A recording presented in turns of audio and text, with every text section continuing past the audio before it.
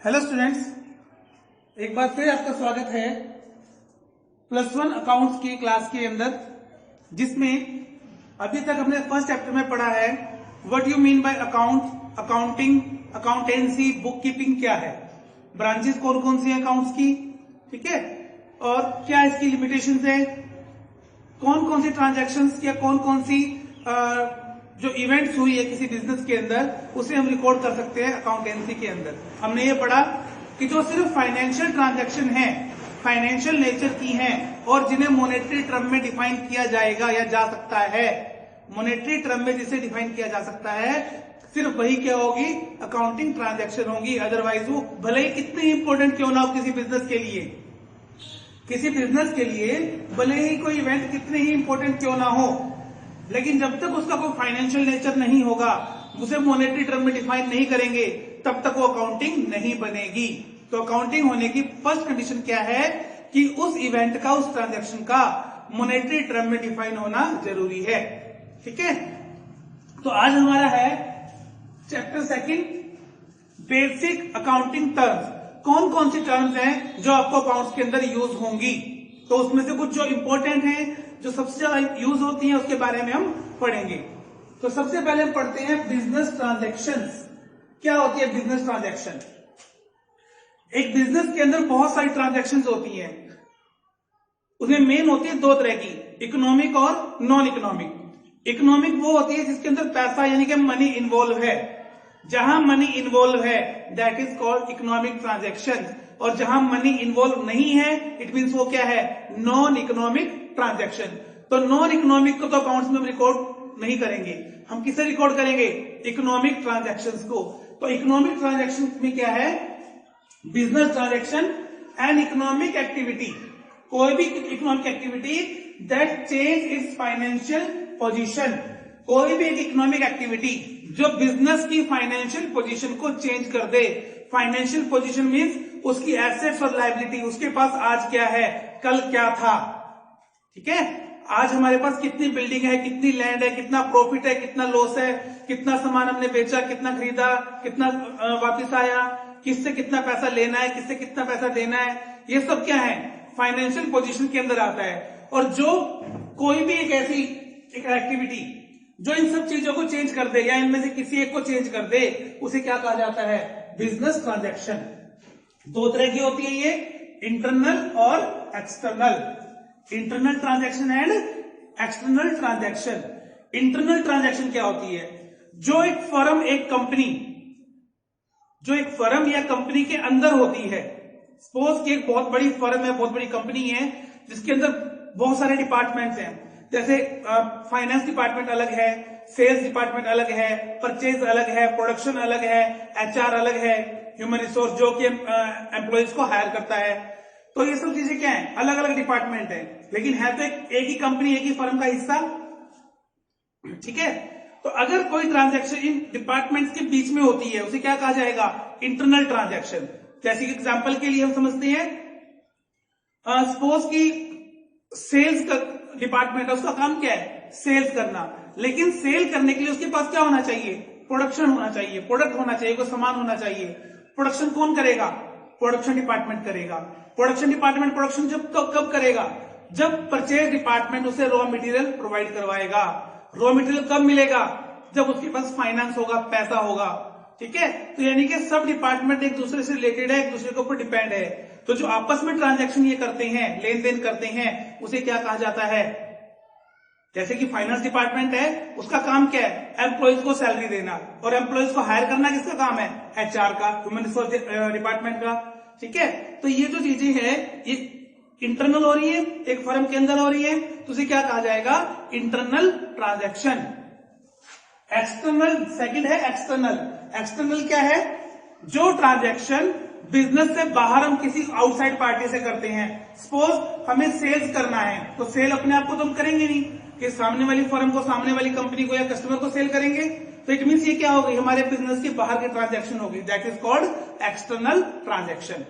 Clear हो गया। Event, इन transaction की वजह से जो रिजल्ट आता है, ट्रांजैक्शन से जो रिजल्ट आया, हमारे पास पैसा आया, हमें प्रॉफिट हुआ, हमें लॉस हुआ, उसे क्या कहा जाएगा? इवेंट कहा जाएगा। क्या कहा जाएगा? इवेंट। ठीक है। और इसके बाद है अकाउंट। अकाउंट क्या है? An account is a ledger record in summarized form of all the transactions that have taken place with the particular person or thing. Means एक अकाउंट एक लेजर के अंदर रिकॉर्ड है। लेजर मतलब एक बुक है जिसके किसी एक पेज पे या पर्टिकुलर जगह पे, ठीक है, किसी एक पर्सन से या किसी एक थिंग से, किसी एक ट्रांजैक्शन से रिलेटेड कोई भी जो समरी है वो लिखी हुई है। सपोज सेल्स का हमें करना है तो लेजर जब हम बनाते हैं तो सेल अकाउंट अलग बनाते हैं। ठीक है। लेजर के अंदर एक सेल्स का पेज हमने बनाया, उसके अंदर जितनी सेल हमारी ड्यूरिंग द टाइम हुई है, ड्यूरिंग द पीरियड हुई है, ठीक है, चाहे वो वीकली हम कैलकुलेट कर रहे हैं, मंथली कर रहे हैं या एनुअल कर रहे हैं, उसकी जो समरी उसे क्या कहा जाएगा? अकाउंट कहा जाएगा। तो क्या है ये? An account is a ledger record in summarised form of all the transaction that have taken place with the particular person और थिंग। किसी एक पर्सन से किसी एक थिंग से जो रिलेटेड ट्रांजैक्शन हुई है उन सबको एक समराइज मैनर में लिखना, जो लिखा जाएगा उसे कहां लिखा जाएगा? लेजर के अंदर। ठीक है। अब जो सबसे इंपॉर्टेंट टॉपिक जो हमारे पास आता है, इसके लिए सबसे इंपॉर्टेंट जो हमें ध्यान रखना है कि किसी भी बिजनेस के अंदर दो तरह की ट्रांजैक्शन, दो तरह की चीजें जरूर होती हैं, हमेशा होंगी और सबसे इंपॉर्टेंट रहेगी। First is liabilities and second assets. Liabilities and assets. आप कॉमर्स के स्टूडेंट हो तो आपको एसेट्स और लायबिलिटी का पता होना चाहिए। ठीक है। तो लायबिलिटी क्या है? लायबिलिटी वो है जो एक बिजनेस को, एक पर्सन को बाहर पे करनी है, किसी पर्सन को पे करनी है, किसी बाहर आउटसाइड पार्टी को पे करनी है। ठीक है। मीन्स वो बिजनेस की खुद की नहीं है, बिजनेस की वो खुद की नहीं है, बिजनेस ने उसे कहां से लिया है? किसी कहीं से अरेंज किया है, उसे वो पे करना है और करना पड़ेगा। वो क्या है? लायबिलिटीज है। ठीक है।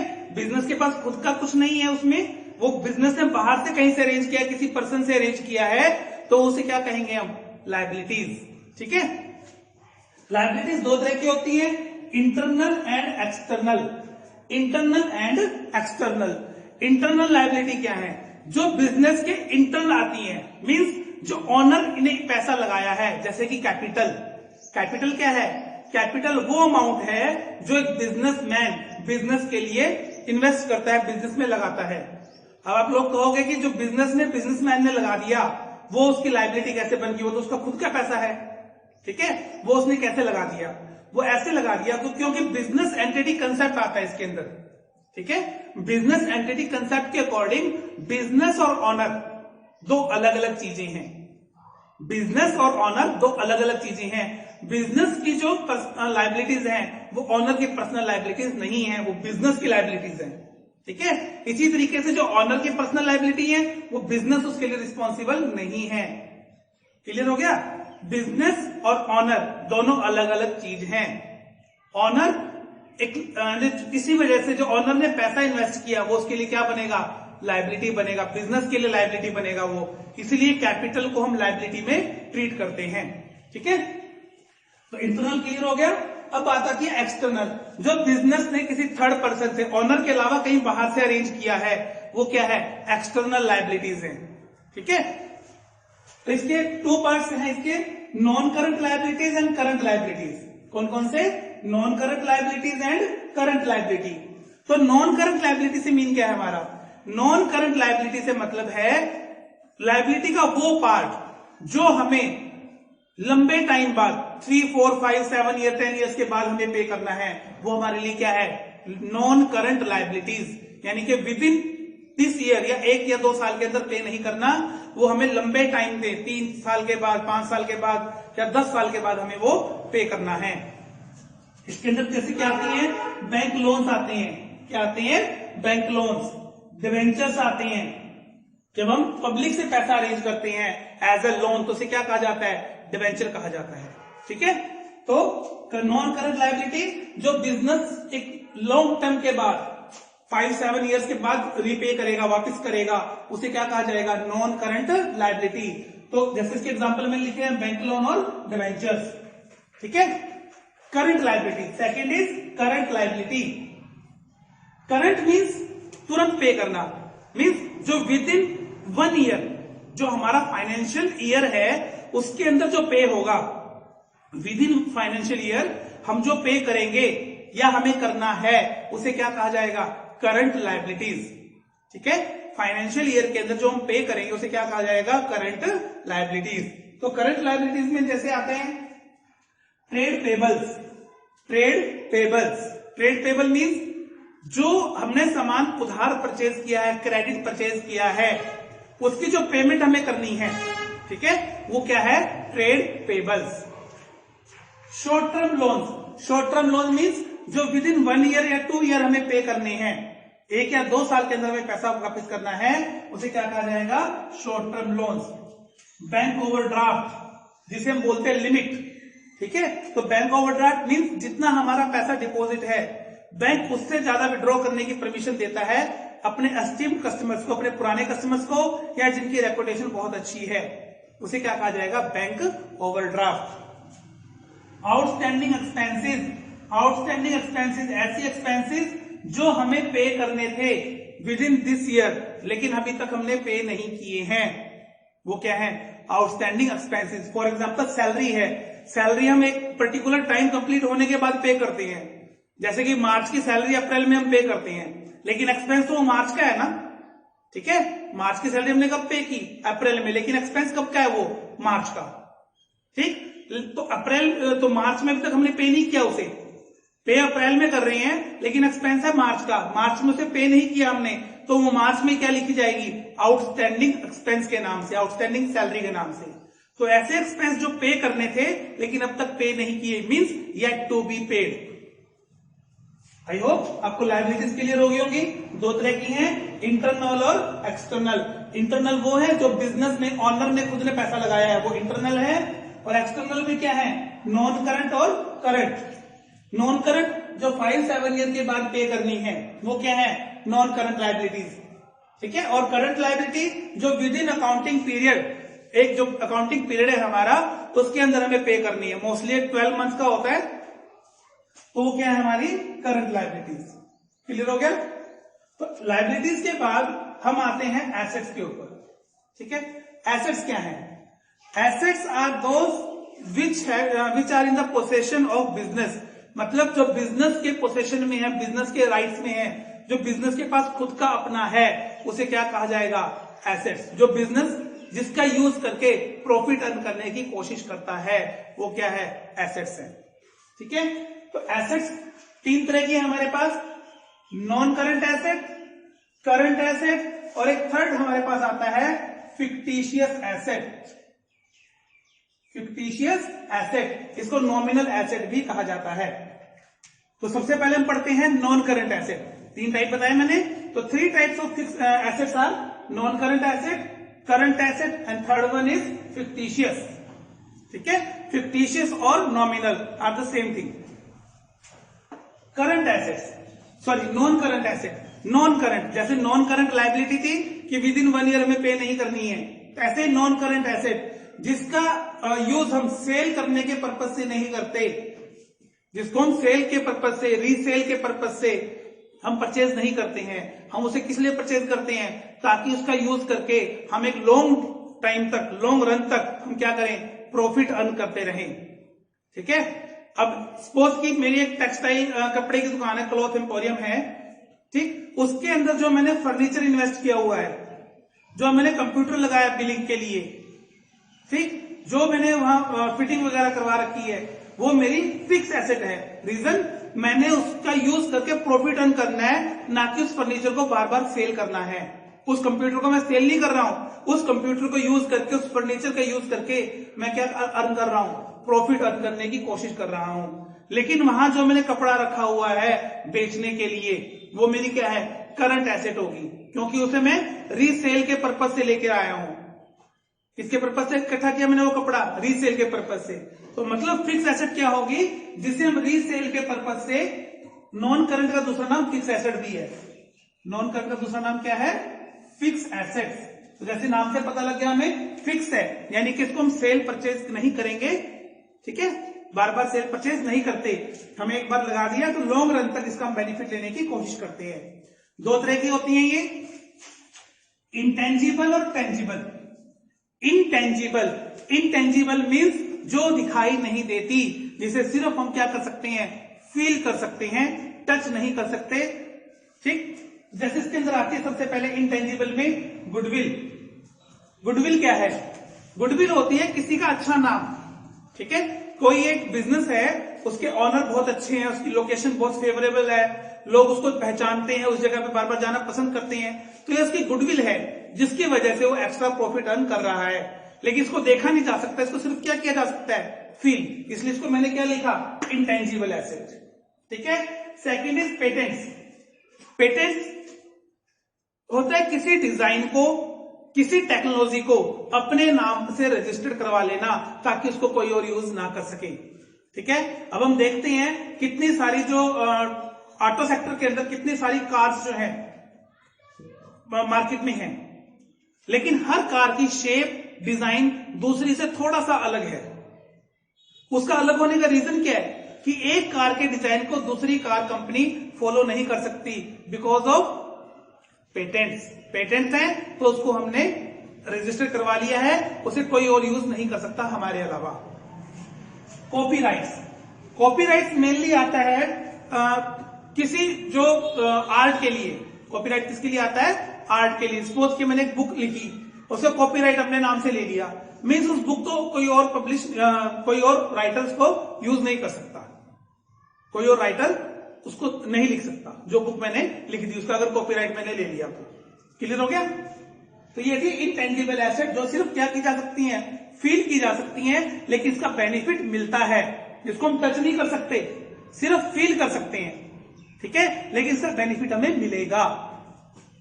Second one is tangible asset. Tangible जिसको हम देख सकते हैं, टच कर सकते हैं। ठीक है, जैसे कि बिल्डिंग, बिल्डिंग को तो हर कोई देख सकता है, machinery, furniture, motor vehicle, investment, ये जो चीजें हैं ये क्या है हमारे लिए? नॉन करंट एसेट है। क्लियर हो गया? तो नॉन करंट एसेट के टू पार्ट्स हमने पढ़े हैं, इंटेंजिबल और टेंजिबल। इंटेंजिबल कौन सी हैं? जिसे हम देख नहीं सकते, टच नहीं कर सकते, सिर्फ क्या कर सकते हैं, फील कर सकते हैं। और टेंजिबल जिसको हम देख सकते हैं, टच कर सकते हैं। क्लियर हो गया? इसके बाद आती है करंट एसेट। करंट एसेट जिसे हम रोटेट करने की कोशिश करते हैं। रोटेट मीन्स हम चाहते हैं कि विद इन 1 ईयर ये क्लियर हो जाए, विद इन 1 ईयर या एक अकाउंटिंग पीरियड के अंदर हमारे ये जो चीजें हैं वो क्लियर हो जाए, इसका यूज करके हम प्रॉफिट अर्न करते हैं। जैसे इसके अंदर आते हैं हमारे पास सबसे पहले trade receivable. Trade receivable, trade receivable से मीन्स क्या है हमारा? ट्रेड रिसीवेबल से मीन्स है कि जो सामान हमने उधार बेचा था, डेटर्स को दिया था, इसके अंदर आते हैं डेटर्स। ठीक है, जो हमसे उधार सामान लेता है उसे क्या कहा जाएगा? डेटर्स कहा जाएगा। तो वो क्या है? Trade receivable. इन्वेंट्री, स्टॉक, जो हमने, अब जैसे मैंने एग्जांपल लिया था, कपड़े का एग्जांपल लिया था कि मेरी शॉप पे कपड़ा रखा है, उसे मैं सेल करने के लिए लेके आ रहा हूं, तो वो क्या है? मेरे लिए स्टॉक है, क्योंकि इसको सेल करके मैं क्या करूंगा? प्रॉफिट अर्न करूंगा। ठीक है, तो इसके 3 टाइप होते हैं। फर्स्ट है raw material, second is work in progress and third is finished goods. Raw material क्या है? रॉ मटेरियल मतलब कच्चा माल। सपोज एक फर्नीचर की शॉप है, उसके पास जो लकड़ी आती है, वुड आती है, जो उसके पास पेंट है, जो उसके पास नेल्स है, कीले हैं, वो उसके लिए क्या है? रॉ मटेरियल है, क्योंकि उसका यूज करके वो क्या बनाएगा? फर्नीचर को तैयार करेगा। Second one is work in progress. Work in progress means काम चल रहा है, अभी कंप्लीट नहीं हुआ।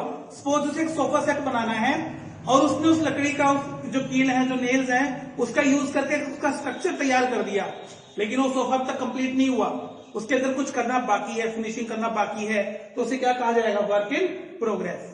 और जब ये कंप्लीट हो जाएगा, मार्केट में आ जाएगा सेल के लिए। ठीक है, जो फाइनल गुड होती है सेल के लिए, उसे क्या कहा जाएगा?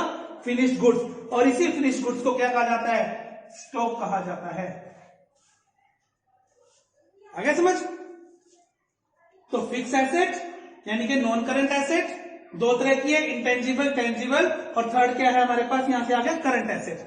करंट एसेट जो विद इन 1 ईयर हम कैश में कन्वर्ट करने की कोशिश करते हैं। फिक्टिशियस एसेट, फिक्टिशियस एसेट क्या होती है? जो सिर्फ नाम की एसेट है, जो सिर्फ नाम की एसेट होती है, इसका कोई बेनिफिट हमें लंबे टाइम तक नहीं मिलता, ये सिर्फ नाम के एसेट है, बैलेंस शीट का टोटल टैली करने के लिए इसको यूज हम करते हैं। जैसे कि प्रीलिमिनरी एक्सपेंसेस होते हैं इसके अंदर, या प्रॉफिट एंड लॉस का डेबिट बैलेंस है, मींस लॉस का जो बैलेंस है, ठीक है। ऐसे कुछ एसेट्स होते हैं जो क्या होती है हमारी फिक्टिशियस एसेट, ठीक। तो ये कुछ बेसिक टर्मोलॉजी थी अकाउंट की जो हमने पढ़ी। इसके अंदर हमने क्या पढ़ा, बिजनेस ट्रांजैक्शन, इवेंट, अकाउंट, और हमने पढ़ा liabilities, type of liabilities, assets, type of assets. Clear हो गया? तो इसके नोट्स बनाइए, रिवीजन कीजिए, और इसके बाद जो टर्मोलॉजी बहुत लंबी लिस्ट है इसकी, वो हम नेक्स्ट क्लास के अंदर पढ़ेंगे। आई होप ये सब आपको क्लियर हो गया होगा। तो इसके नोट्स बनाओ।